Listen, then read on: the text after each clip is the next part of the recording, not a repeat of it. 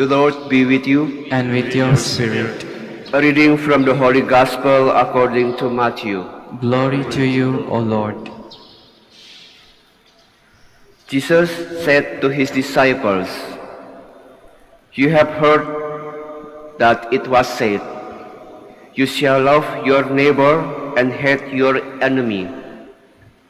But I say to you, love your enemies and pray for those who persecute you, that you may be children of your heavenly Father.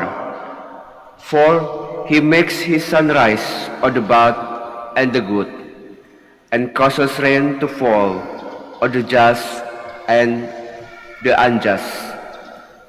For if you love those who love you, what recompense will you have? Do not tax collectors do the same? And if you greet your brothers and sisters only, what is unusual about that? Do not the pagans do the same? So be perfect, just as your heavenly Father is perfect." The Gospel of the Lord. Praise to you, Lord Jesus Christ. Please be seated.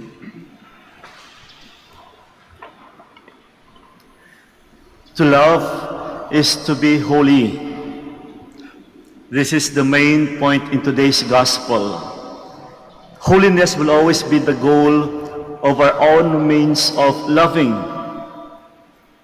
And if there is no holiness in our manners of loving, then I think we have to be reminded of the gospel today. That is why Jesus is telling us the real sense of loving. And to love is to be holy. In other words, mga kapatid, when we talk about loving, it must be transformational. Dapat ang ating pagmamahal ay magdudulot sa atin ng kabanalan. Kapag wala po, nawawala ang kabanalan, then this is the gospel. This is right for us. We need to be reminded of this gospel. Because Jesus is telling us that to love is to be holy. Ang ating pagmamahal ay dapat magdulot sa atin ng kabanalan. As I have said a while ago, it must be something transformational. When we talk about transformation here, it's not simply a matter of fulfilling one's satisfaction. Dito tayo nagkakamali. Dito tayo nadadali. Akala natin ang pagmamahal is simply to fulfill our own satisfaction. No. To love is not something very selfish. Yung akin lang. Hayaan niyo akong magmahal. Gusto ko to eh. Katawan ko to eh. Prinsipyo ko to eh. No. Hindi po. If we are going to look at the readings today, when Jesus presented to us the real sense of loving, look at the first reading. It talks about obedience. It talks about obedience to the law. Same thing with that. Our own means of loving will always be in conformity to the laws of God. And the 10 Commandments presented in the first reading clearly tells us about the real sense of obeying God. Malinaw na malinaw po kung babalikan natin yung 10 Commandments. Napakalinaw po doon, clear and definite. In other words, dapat ganun. When we would like to follow God, we have to obey God, and then the way to do it is to love our neighbors. At baliktad po yun, connected po yun. When we love our neighbors, then it should be in conformity with the law of God. And this is very clear. Holiness is not simply a matter of doing things rightly. It's not just a matter of praying, but definitely it always goes with in conformity with the law of God. Medyo malalim po.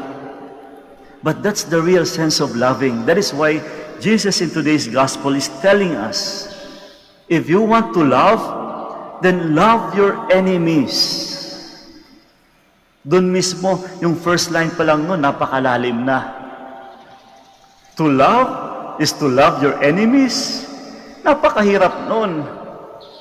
Kaya nga, ang tunay na pagmamahal ay malalim. Hindi yung tipong ang tunay ng pagmamahal ay bukod tanging sarap lamang.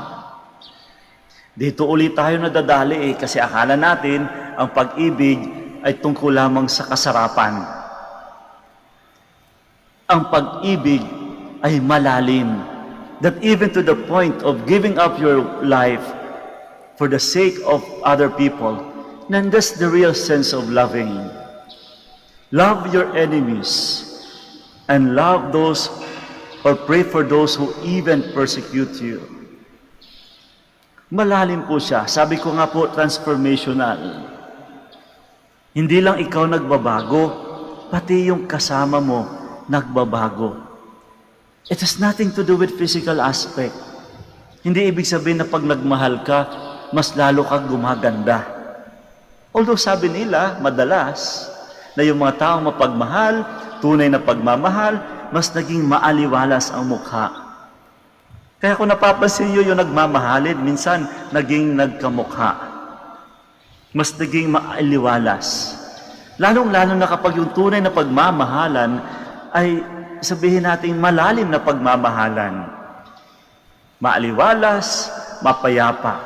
Pero kung sakaling yung nagmamahalan na masyadong mababaw lamang, naku, tignan nyo yan. Away ng away yan. Maliit na bagay, pinag-aawayan. Again, my dear friends, the gospel is about the real sense of loving, and we are being reminded of this. As Jesus said in today's gospel that we have to go beyond our own capacities when it comes to loving, we have been reminded that when we love, it has to be transformational. And what is that transformation that is expected of us? To become holy. It's not simply a matter of fulfilling our own satisfaction, fulfilling our own interests. That kind of transformation and that kind of change that is expected of us when we love is none other than holiness. And that's the point in today's gospel. And how are we going to do it? Just be mindful of the commandments of God. Make sure that when we love, when we do express our care for others, it will always be in conformity with the laws of God. Sabi ko nga po, hindi madali. Mahirap, mabigat. It takes patience, pasensya. I cannot imagine yung pasensya ng Diyos sa atin. Napakakulit natin. Napakamakasalanan natin. Paulit-ulit ang ating kasalanan. Simba ngayon, maya-maya magkamali uli. Simba uli, hingi ng tawad, nagkamali uli. It takes real patience and real loving. And that is why, with all the blessings we receive, we don't deserve it. Because we're not worthy of it. But God is so generous for us because real loving does not count. Hindi po nagbibilang ang tunay na nagmamahal. Takes a real sense of patience. That patience leading us to be more holy.